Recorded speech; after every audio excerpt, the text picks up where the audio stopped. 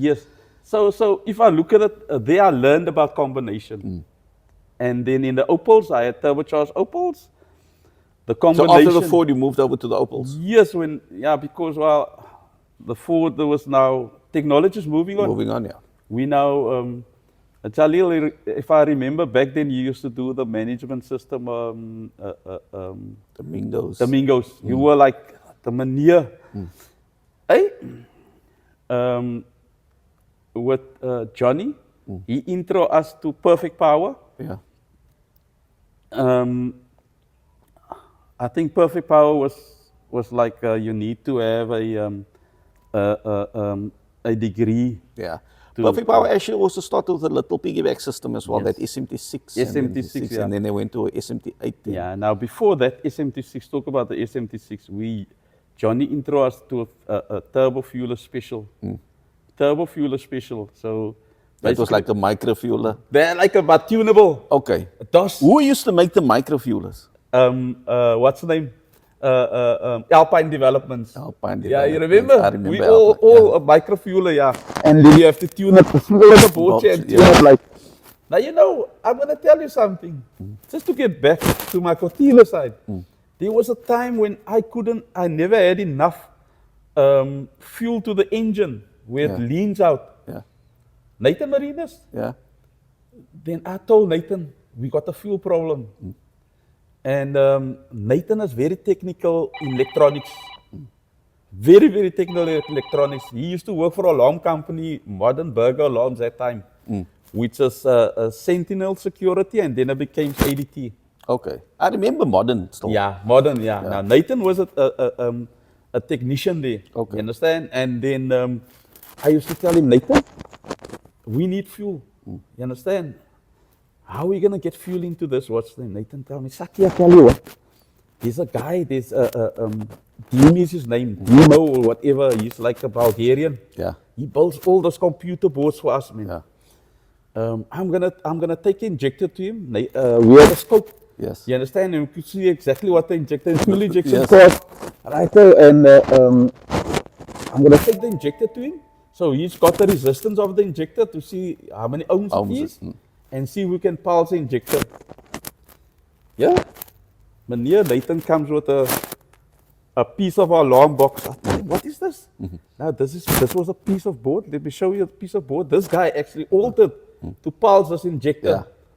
And we had a volume control button where we could actually give it some volume. So it would increase the pulse. It would increase the pulse. And so with the carburetors, I had two injectors in there, which obviously, it was like something we needed, man. Yeah. You understand? For cooling. Yeah. We had small intercooler for cooling and obviously for fueling. And look back then. After that, we obviously, the management system, which you obviously first to most cars, but before that, the turbo fueler special was the thing after the microfueler. Microfueler, okay. And then the management systems. I think the management systems came onto the scene early 90s to mid 90s. Early 90s, you're quite right. If I look at it, we were stuck with the Perfect Power, and I always used to say, hey, but Jalil has actually got that car going with a Dictator, not Dictator, with the Mingos. And the Mingos is actually, it's going to be now the management system. Where we will take maybe a month with a management system, you will maybe 2-3 days with a management system. But because it was so advanced, it's so advanced where I could say the management systems in the year 2005 and 6 were actually that time's management system. Yeah. You understand? Look, nothing much have changed. I mean, obviously the Mingos became GoTech, which is now Power Mods. So, but if you look at the software of your Power Mods now and your GoTech, it's very similar to what the Mingos look like. Man. Yes. It's just the Mingos was a bit based on DOS, on a DOS program. These are now Windows based. But I mean, nothing much has changed. Like, he still had all the little features because we needed that time we were doing a lot of VT conversions, so we needed the output to trigger the solenoids and stuff. Yes. So the Domingo just made it a lot easier. Which obviously that was the way to go. Yeah. And the Mingos, after the Mingos, I think GoTech, those were the systems that we obviously could use. But if I look at it, the Opals, if I look at it, the Opals that time, Jalil, we used to do Yakiskar. But the Opals had a pretty good fuel management system. The stock Yes. So in Yakiskar and my Opal, I used to use a turbo fueler special. Use a standard management system. You understand? Only with little bit bigger injectors and extra fuel. You understand? Yeah. And our cars then used to make good power. Yeah. You understand? The Opals were one of the cars actually to beat at that time if you look at the turbocharged. No, I mean those super boss motors, the 2 liter 16 motors was phenomenal. Yeah. It was good. If I look at Isa's car, the NASCAR. Yeah. That was, I mean, that car was also dominated the racing scene for a long period of time. When they got it. That car was quiet. That car was one of the best actually. And you know what? If I look at it, they also combination. Yes. It was nothing fancy. It was like a TDO6, and I think also micro switch, a micro fuel or whatever, and the combination was just working. Whatever car used to bring, it used to beat it. Yeah. Because the combination was just nice. You understand? They also never used to fiddle too much with the car. No, you know that. So it was always ready to race, and then didn't fiddle much. So I think that was also that car was like if you. There was other cars that had more power than that car. Yeah. First of all, but the way that car used to produce the power, you understand? The combination used to work. Yes. Car was light, first of all. Yeah. You understand? And that is where people doesn't realize it makes a big difference. You understand? Even in acceleration. Yeah. So that car could accelerate. You understand? So if I look at it back then, we look at Isa's car. Isa's car was good. You understand? It was a car to beat that time. I think they introduced that car to Cape Town when we were still running at Wingfield. Yeah, I think made a debut at Wingfield. Yeah, it made I think at Wingfield at 247, I think. Somewhere around there. 240, which was... It was fast back then, yeah. That's good. It was good. And then if I look at that was 247 and that time the benchmark was to get into a 200. Yeah. You know that. So true, no? So everybody was always under. If you did 200 k's an hour in the 800, then you were fast. Yeah. So I still remember we took Ozzy's car. Earlier we were talking about the boost. I think that time if we used to boost 0.7, we were if we go more than 0.7 to 1 bar, it was, listen here, this engine is gonna break. You understand? We were so scared to push it to 1 bar. 0.7, 0.8, that's it. Because we haven't got the rods for it. Yeah. We use standard stuff. We only increase the bolts. In the Opals, I used to drill them out and put V6, Ford V6 Conrad bolts. It used to, you understand? You see the Ford still came. Yes, you understand what I'm saying? So it could work in there. That time we didn't worry with start kits and things like that. It was more turbo and engine on a standard base. Yeah. Not even cams, not even ported. Just to get the reliability. Yeah. That was a key factor. And with reliability, you obviously win a race. Yes. You understand? But if you also look at it, that time we never used to run a quarter mile or a 1K. You understand? It was still the stupid 10Ks. Yeah, it was still long distance. It was too long, yes. You understand? And they used to come on board. And if I look at it, in my time, I used to start making manifolds for these Owens. I used to intercoolers, branches. I remember that any fast car that was on the streets, you did something on it. Either made a manifold, you machined something on it, or you did something. You always had a hand in everybody's builds, man. You know, that nobody really new. It was never, but I know for a fact that most of the fast guys, you had something to do with it. They were either running your manifold, like I said, or you did something to the turbo. Because you know, that time we couldn't just go go buy a turbo off the shelf like a GT30 or G series and say, listen, I want to make X amount of power. I need this turbo. And they would just give it that time. I remember I used to spend lots of nights by your house. Yeah. You machining Yeah. turbo, different combinations because Combinations, yeah. I had to get a truck housing. Yeah. Yeah. And You- we you- used to put different wheels. Yeah. Sometimes we don't even know where the wheels came from. Yeah, you know what? In that time, if I look at it, you were one of the only guys that we could accommodate doing that. Because not much people were that way knowledgeable, Yeah, know what they want. yeah, You were one of the guys, then you get to a point where you make X amount of power, you want to make more. Not a lot of people used to get to that point. yeah, So they could never come and tell me, hey, listen here, I think this turbo, we actually, the efficiency of this turbo is actually now, we come at this point where this turbo is not working for us and it's not efficient anymore. yeah, So we could then machine something to make the combination work for your application. Yeah. And that is actually what I learned from Johnny Oberholzer. yeah, He was the guy that could tell me, and Mo as well, eh? Yeah. Mo was very knowledgeable if I, what's the name? And I could actually size up because I knew exactly in this TO4B, there's X amount of ranges of trims, wheels. I used to experiment buying turbo wheels used to go to shops and all the guys, look here, I need to see what you got. You understand? And match up wheels. Yeah. You understand? And play with wheels, machine wheels, even smaller too. Yeah, I You remember understand? that's what you did for me. and even smaller too, to fit into housings. You understand? Machine housings.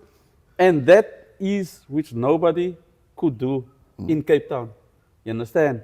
It is they go and buy a turbo off the shelf and they put it on. And that was always the case where it was a reverse engineered. Yeah. Because they build the engine and the turbo they go buy not working for the application. yeah. You understand? Now they have to build the engine for that turbo. You understand? So it's not a lot of people that used to know these things. And we could then play around, actually with our own cars even, play around with it and create a turbo for the application. I always used to tell the guys, if you feel you can produce more horsepower, then you come back, then we'll change. So if I look at it back then, I don't know, Jalil, the 20 valve of Shiraj. Yeah. Yeah, that was a car. Look at that was one of the first 20 valves ever to be turbocharged that you did. Yeah, You know that? no. And that thing used to dominate in Paul. Nobody could beat that car. Yeah, it's so true, Jalil. No? I know back then, Jalil, that car, I'm a Ford cop now, but that car used to like, huh? Yeah. A that thing was- Toyota? Yeah. I can't believe it. I struggle with that car, Jalil, to get it right at 20 valve. Yo! And you know, with the Opals, Jalil, if I look at it back then with the Opals, again, I say, you from the Ford, went to the Opals, and now we were the Toyota. So, if I look at it with a 16 valve, I always used to make the guys manifolds. Yes. When it comes to the intake manifold, put extra injectors in there. So they got the 4 and we got stage another 4. Another 4 in the back. And then with a programmable, what's Yeah. the name? For that 20 valve, it was 4 and 4 8 injectors. We couldn't find bigger injectors. That time, if we buy injectors, it was rotary injectors. Yeah. Yeah, those little pink injectors. That is Exactly. what I used to run in the Yeah. Honda as well. Right, and this is actually what made it worse for me because we couldn't find injectors. And when we bought injectors for that car, we struggled for a year trying to get that car right, not knowing one of those injectors It was faulty. was faulty. Not knowing how did we tune that time. with exhaust temperature. Sure. You understand? Sun, gas analyzer. Yeah, yeah, exactly, sun gas analyzer. You understand? Yeah. If you look at it. And we never had the air-fuel ratio. You understand? To look at. There was no wideband. I mean, I think a wideband was very expensive at the time. That even if it was, I think a few years after that, the Innovate came out. Yeah. So we used to use a temperature to see where the temperatures are going, and that was the only way of tuning. And if one injector goes, You're not gonna obviously know. you only giving more fuel just to get the EGT. You understand? And then after we found that, but yes, one injector not was Working. staying. After that, that car used to run for 3 years unbeatable in Paul. Yeah. You understand? That Toyota used to run 8,500 RPM every gear. You could put that, if there was a 6 gear, it will go to 8,500. For me, that was, I could never take off that well because Front wheel drive, man. Yeah, He was always traction limited. Yeah. yeah. If I still, you used to do Charize's car back Yeah. then. But before that, before Charize bought a BMW by Ahmad, a 325. Put the multi-valve motor in it. Yeah. Afterwards, you put that multi-valve, but Charize bought, before he bought the blue BM from Isadem. And Charize told me one day he went with Shiraz. And he went to Paul, Yeah. him and Ahmad's son. And he went to go take on a Toyota. Yeah. And you must know Charize. Yeah. Saki, I thought I'm gonna now run this Toyota now, Suma. Show him who's the boss. Yeah. And you know this BM is like away from the line.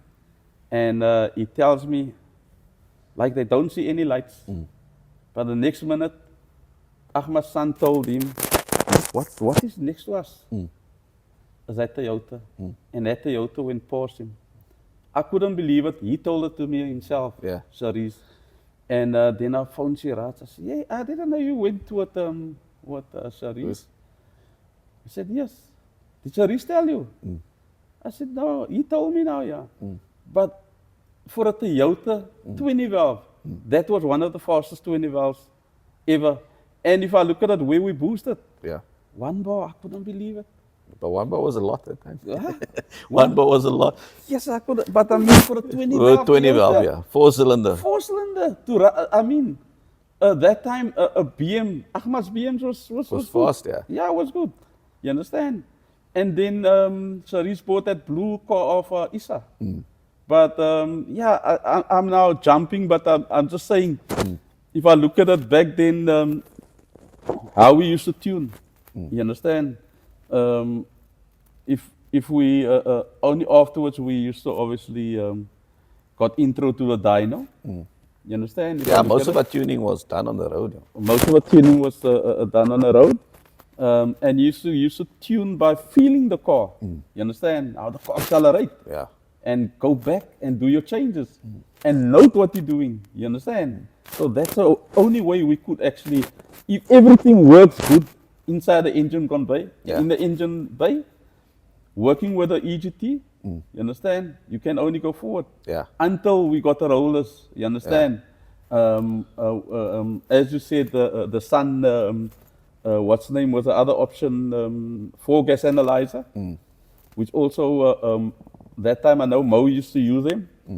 But then there was a guy, my first air fuel ratio meter was Thijs. You remember that guy, Thijs? Thijs, Huh? Yeah, Thijs. Thijs used to, then my first air fuel ratio meter, Thijs made. Also through Mo, you understand? And I then bought my first, and that's the only air fuel ratio we could use in a car then. To check air fuel ratio, yeah. After that, buying dyno, and everything was history.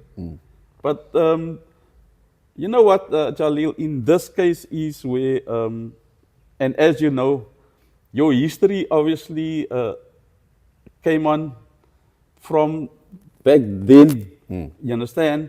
Which obviously makes you now a better tuner. Yeah. Because for what you learned then. Yeah, obviously, I mean, if we didn't go through that whole journey, we wouldn't be here. I mean, it's difficult. I mean, we spoke about it the other night also, like your modern day tuners don't know what's dwell time. Yeah, yeah. And yeah. so, I mean, I still applied now, even with stock management systems. Yeah. I mean, your stock issue also have a dwell time Yeah. table in it. It does need Yeah. adjustment Very occasionally. important, yeah. Yeah, very important.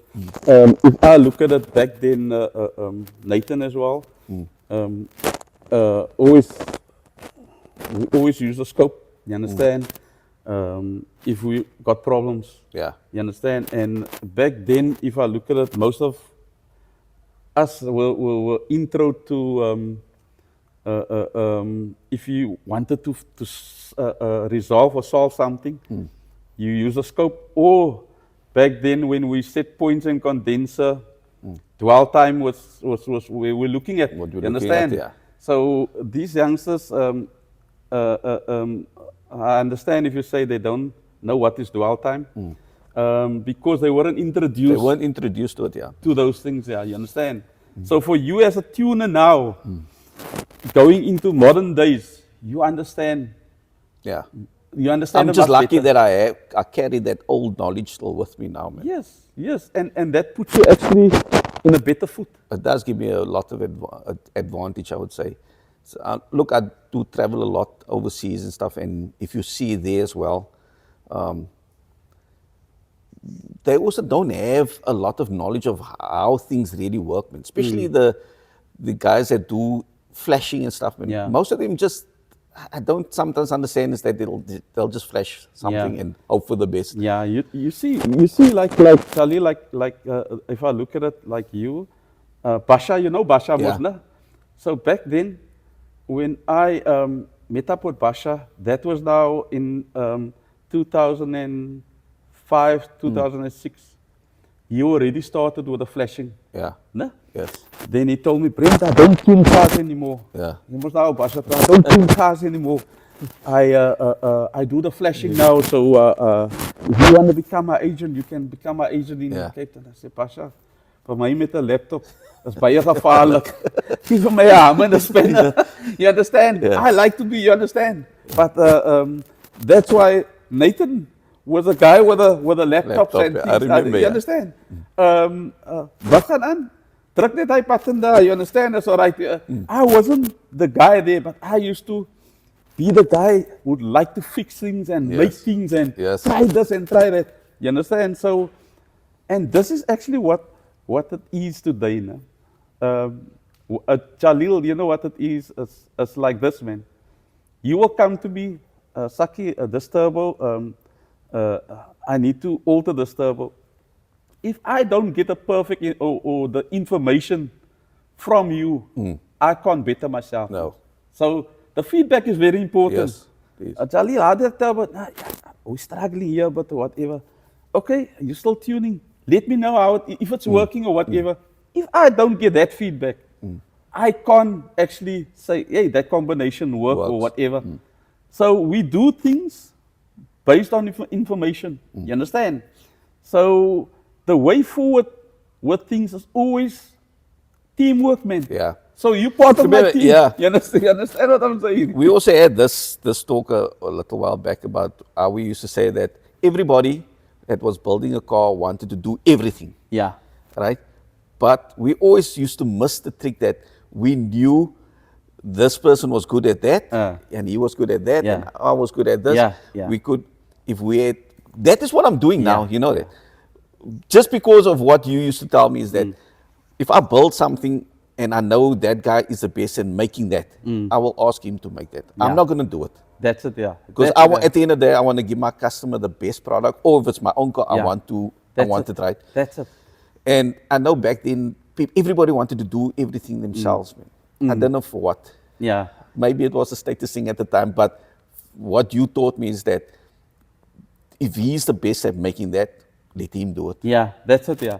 Now that's why it comes back. If you look at the Formula One car today, or even back then, Yeah. there was a driver, there was an engineer, Yes. there was a tire boy.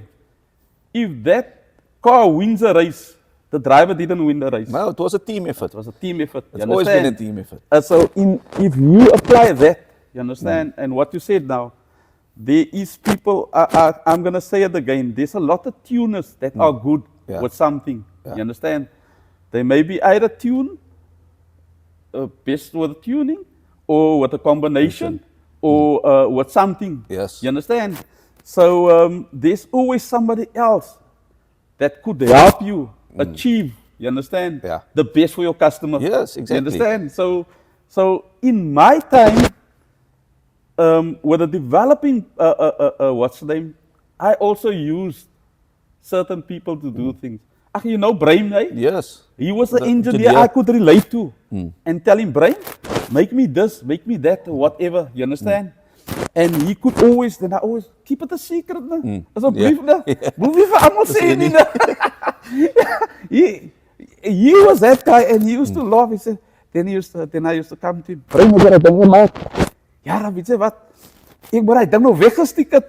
Andrew was nou net hier, or what's name was here, en toe sien hy die ding wat, ek sê, nee man, Brain man, hy sê, nee sak, ek sal nie vir hulle wys nie, but he was so secretive, but he was a guy that could assist you, an engineer that could assist you by developing something while you're busy developing, and you tell him, Brain, nee man, die ding is verkeerd gemaak or whatever, maak het so, whatever, you understand? Yeah. Because another guy is not going to listen to you, Yes. another engineer is not going to listen to you, but he was a guy They will make it like you that want will it. make it, yeah. Even up till today, ne, if I phone him, I say, Brain, ek moet die ding machine, man. Sal jy dat kan machine? Then he look at it and he say, ja, sakkie, man. No, man, yo, okay, right, okay, bring it, man. You understand what I'm saying? So I also me learning from him, you understand? And we learn from each other. In this game, we as tuners and we as guys that's in the performance, what's the name? We need to learn from each other. You understand? We need to help each other. You Yeah. understand? And who's benefiting if we don't do that?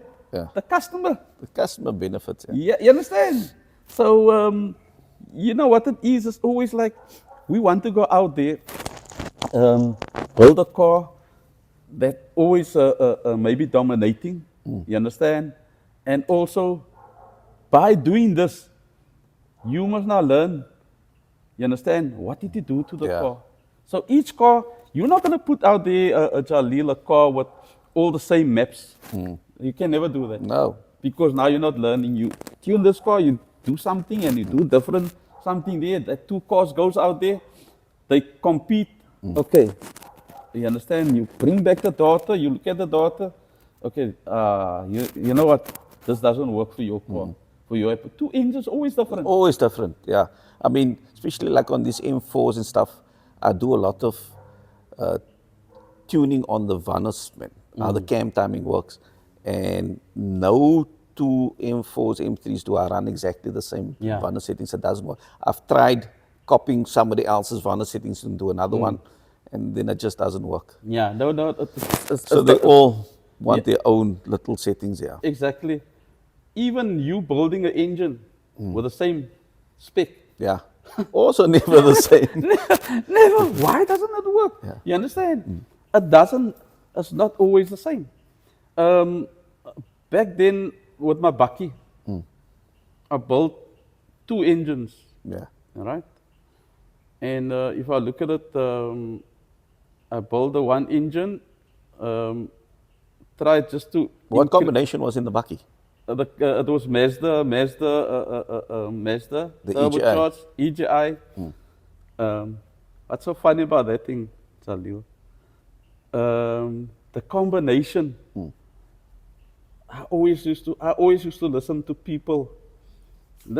You know what? If I look back in history, Formula One, Lotus, Yeah. they start dominating Formula One. Yeah. In the olden days. Yeah. And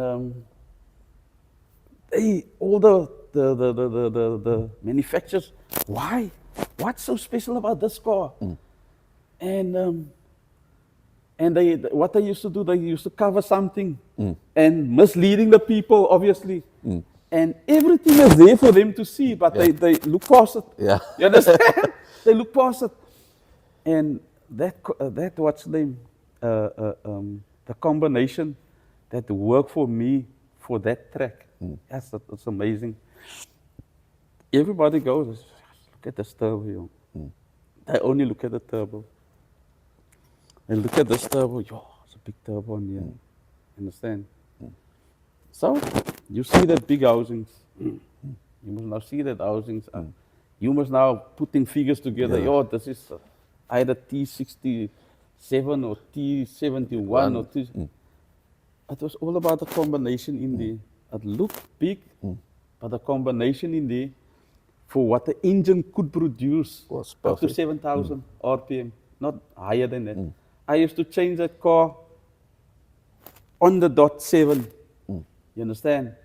Not higher than that, but I used to make the power from 3.5 to 7.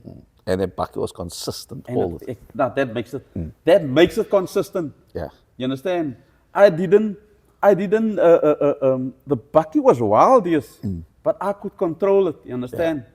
And this was so liquor, I could control it by foot, by throttle, you understand? Now for any turbo car, it's difficult to control by Control by throttle. foot, yeah. Because you're either going to, if the turbo is wrong Yeah. and you take your foot off, then you got lag. Leg, then There's you no- got leg, yeah, you understand? And that was my combination with that bucket, you know? And what I learned, having a dyno is so critical. You understand? We're having the dyno, there's a dyno where you're changing combinations, put it back on. You got your graph, you look at your time, you're actually accelerating to that point. You understand? Try to make the horsepower. Yeah. If it's not there, change the combination. Yeah. You understand? So basically, when I used to run at the track, I used to go there with 1.5 bar boost. I used to run, do my first run. I try to be consistent with 1.5 bar. Now I say, well, okay, my time's not coming down. So now I start backing off the power. I say, hey, yeah, my time is got coming come up. down. I back it off. Yes, I'm coming down 10 ones, 10 0. Yeah.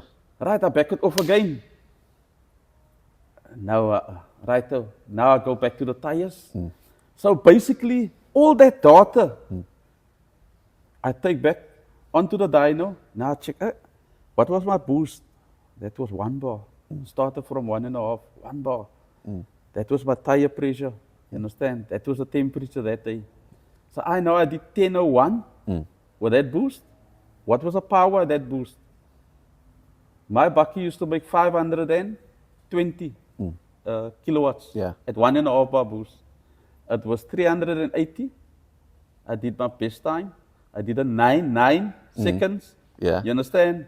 With 380 kilowatts Kilowatts with a 1 bar boost. with a 1 bar boost. Yeah. So that told me a lot. Yeah. That information. You understand?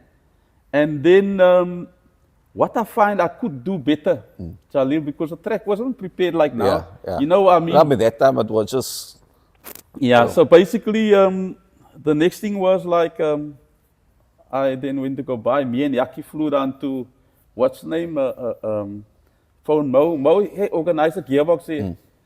Mo organized a gearbox by Logan. Logan bought Louis' bucky, yeah, and I went to go buy a gearbox. I went to go buy Louis' gearbox. the one that he had in his 1400. The one he had in his, which he did 8 seconds that Okay. time with. And I still remember we went to go fetch a gearbox by Sabi Kutsi. They chop up the bucky. I bought a gearbox, I bought triple pack, I bought flywheel, I bought. The only thing I didn't buy the prop shop, which was carbon Okay. fiber. The prop then. Then Your on carbon Louis' prop, got- your manier. And then I actually put that in my bucket, knowing I'll be in the 8 or 9 seconds. No, I knew that already. yeah, I knew that. I then put that gearbox in. My first ride out there, I used to be on a dyno testing the gearbox. It was air shift. Air shift and sequential most. yeah, Wap, wap, wap. You know, like you go through your gears on Yeah. motorbike. So now I'm on the dyno. loading the dyno. Oh, now I ride it like I'm gonna do like a run. quarter mile. Yeah. And I changed everything. Yeah, try to record it. And as I recorded, I actually went to the track. And within a 60 foot, I changed to four or 5 gears already. And you can't change back. Obviously, Yeah. you can Only go forward. Yeah, only go forward. And I did 11. I said something is wrong. I went again, and this time I was gonna bang it out of the line. Hey, my bike doesn't feel the same. What is wrong? So basically, I need to change my drive style now Okay. For the new box. for the new box. And this is actually what was the problem. The bucky, I used to sit in the bucky. Whenever I change the gear, it unleashed the back. And then I have to fight to get it straight again. Okay. So that feel is now missing. There's no that feel anymore. What happens? You know, a gearbox that's sequential and it change quick. Yeah. It doesn't unleash the car. The car Okay. feels like it's just going It forward. just keeps going, yeah. You understand? And I realized, but now I need to turn up my power. I need to go to 1.5 bar boost and bang it out of the line and then change the gears. Yeah. And that will, but at that time, you know, the accident of Ben Graylen, we couldn't race anymore. And that's actually how I actually broke up that bucky Okay. and sold the gearbox and still got the engine. You understand? Still got most of the stuff. And the combination was plain. Was. Forged rods, forged pistons, the headers worked, and a set of cams in there with a Turbonetics T61 turbo. Okay. Small, you understand? Simple combination and it worked. Simple, yeah. But it used to make the power. But yeah, but if I look at it, I always say today, and if I look at technology where it is now, it is where I always said if I have to start racing again, the first thing I'll buy is a gearbox. The first thing. Any engine can make power. Yeah. And if you look at it today, you know that, and you explain it to me, even in your cars today. What gives your car the advantage? The combination of the gearbox It's to the diff. gearbox, yeah. How you put the power down. Look at the Golfs, the BMWs. For you to put 1,000 horsepower to the ground with a normal stick shift, No. it's very impossible. You're not standing a chance against those BMs. You understand? So the next thing for you to do is obviously first find the gearbox that will hold 1,000 horsepower or more, and then you build your And engine. then you build your engine, yeah. Because why? In that way, you obviously have a combination. Yeah. So if I look at it, Jalil, also that was one of the reasons why I didn't continue in the racing. Okay. What's the name? It becomes where technology is taking over. Yeah. You have to ask yourself where you want to compete in. For me, I decided if I want to enjoy myself, I would like to go and do circuit racing. Okay. I got my Lotuses, which are still there. So maybe put one of the Lotus on the track. Yes. And this is always where I got Lotus. I actually built on the engine K24, but not K24, like K24, what's the name? A combination. Combination, yeah. You understand? Just enough power with a sequential gearbox. Again, getting to it. You understand what I'm saying? Getting to it is another thing. You got everything there. But as I said, like to you earlier on, making the power, you understand, you need a gearbox can hold it. They can hold the power. So I got a sequential gearbox, but it can't hold the power. So that's actually where you are. Yeah. Look, I think the ZF boxes that you get now, like the ZF8 HP70, you do get the 90s, but it's a bit difficult to find the 90s here. I mean, would be a nice gearbox for you to build something onto. Yeah. Because I see the Supra guys, the 2J guys are using the ZF8s now as well. Yeah. So if I look at like like Davi's car, you Yeah. saw Davi. Also, if you look at it, Davi took the normal Lotus and obviously extended, and obviously where the engine actually sits right behind Davi, and then same like Quentin. So the setup which I got is exactly the same. So the gearbox that I could obviously use is close to Audi gearbox. You understand, a VW Audi. You understand? For me, obviously, I can't actually. I must have the diff like a Audi gearbox inside the box. Inside the box, You okay. understand? Yeah. Can't have it outside. Otherwise, I must obviously put it as like a front wheel drive setup at the back. I was going to tell you, maybe something like a front wheel drive setup. Yeah. So if I look at it, the gearbox I got in there is or was for a car like a Formula One car. You understand? In that category, 5 speed actually, and that gearbox can hold up to 800 horsepower. You understand? But also, if I look at it, the car's light. You understand? So when the car's light, there's not such a lot of load On the box. on the box. You understand? Okay.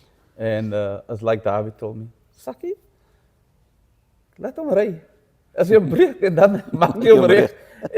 Ek sê Dawie, is lekker om so te sê, laat hom ry en dan as hy breek, dan maak jy hom reg. As hy gaan breek, dan gaan hy nie reg gemaak wees nie. That is the problem. You know what? And I think for me, I actually went to not another level, but I don't want to put all my energy into a road car. Into the road car, yeah. You understand? Ever since I got the Lotus, I enjoy myself with a Lotus is as simple as what a Lotus is. It's as close as a track car. Yeah. You understand? Yeah, I know what you mean. So you enjoy that, man. I could go with a Lotus. I could. I take my dad for a ride. Normally on a Father's Day. Yeah. I take my dad for a ride, and we go around. What's this here? Gordon's Bay. Oh, Gordon's Bay. Yeah, there. We take a ride. A little ride. And then my dad is old as he is, passenger. If I do get a bike, I give a bike a dice in the mountains. Yeah.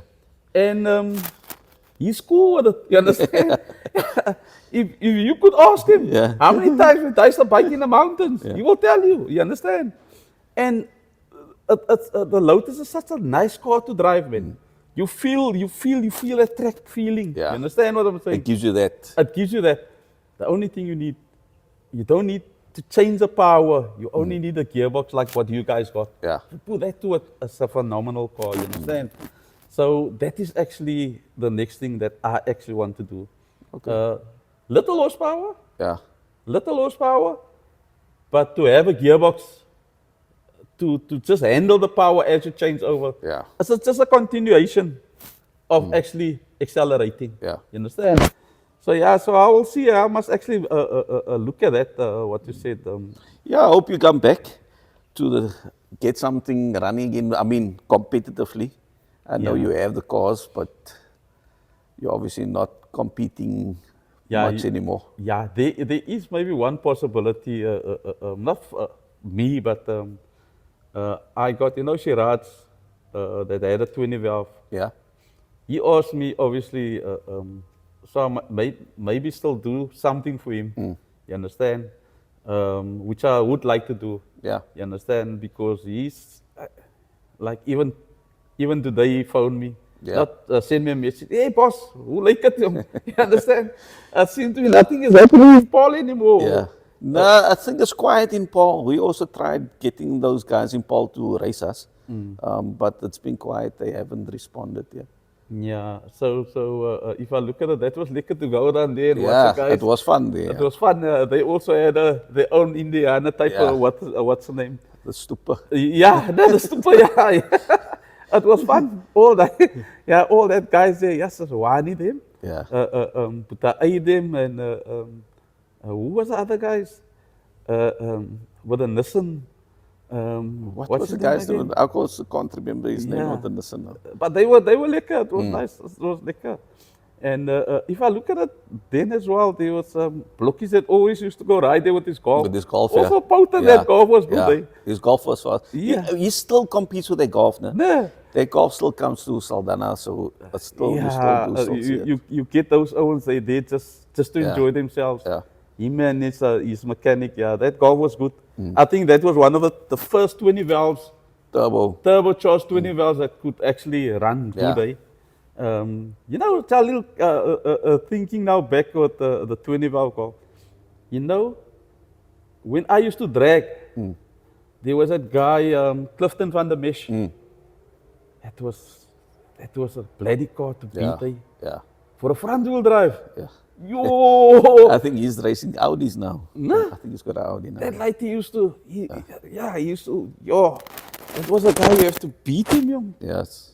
You have to ride to beat him. And his dad was there at every event. Yeah, they were like and I mean, he used to tell me that engine breaks, they could fit the engine now and come back to what's the name. I don't know if they're still racing, not drags anymore. I don't think they still do drags anymore. He actually, the last I saw him, he came to buy pistons from me. No. Oh, they're still in. They're still in it, but I'm not sure where they're racing. Look, I haven't been to Killarney for a long time. I don't attend much of the MSA events anymore. So I'm not sure if they are racing there or not. Yeah, that's also another thing, Killarney. Eh? You sit there waiting for races. That's why when I used to race, I can tell you, no, if I used to do 10 races a time, I used to ride on pedal. I was like, it's a freedom to ride. Yeah. I used to enjoy that bakkie. It used to, but it's not the same anymore. Yes, it's like that is. That's why I say circuit is good. Yeah. Ahmad Dem is doing circuit, and Niazem is doing circuit all the years. Baby is also doing circuit. So I think circuit is good. You at least got 10 laps, you sit in a car and enjoy it, man. You understand? And got the feel of it. And you always got the dice. Yes, always. If you lost, you got the dice. The guy in front of you, you always got the dice. And in that way, it's lekker. Yeah. You understand? I don't think it's like it is on the road. On the road, there's always, you slip a gear or whatever. Now today, you don't slip gears anymore. No, you can't. But anyway, Saki, I think our time is almost up. I must thank you for coming. I really appreciate it. And I also appreciate all the information and all the things you've done for me over the years. Like I said, without the knowledge that you've given me and the support and stuff, I don't think I would have been where I am today. Now, you know what it is? It's like we all get support from each other in the sense of knowledge. That support is very important. And if you can make use of it. And it's always like, you know what, maybe we don't know the answer at the time. But it's always like networking with each other, actually try to find the answer to a problem. It's very important. And you know what? In our times, it was more about the ability to learn. Yes. You understand? If you got that ability, you will always go forward. But if you haven't got that ability, you understand, you won't continue doing what you're doing today. So in your case, like you guys are doing well. And even for me, if I need to know something about the new technology, which you always help me with, I thank you for that support. Because anytime. You know what? Today's course is like you need to be not a technician, or you need to be like a university student. They call it PlayStation course now. Well, you understand? You understand? Yeah. But yes, thank you, Jalil. I really appreciate this for actually coming out and just to talk about the olden days. Yeah, it was good, eh? So anyway, I hope you guys enjoyed this episode. Please hit the subscribe button, smash us a like, and don't forget to activate your notification bell.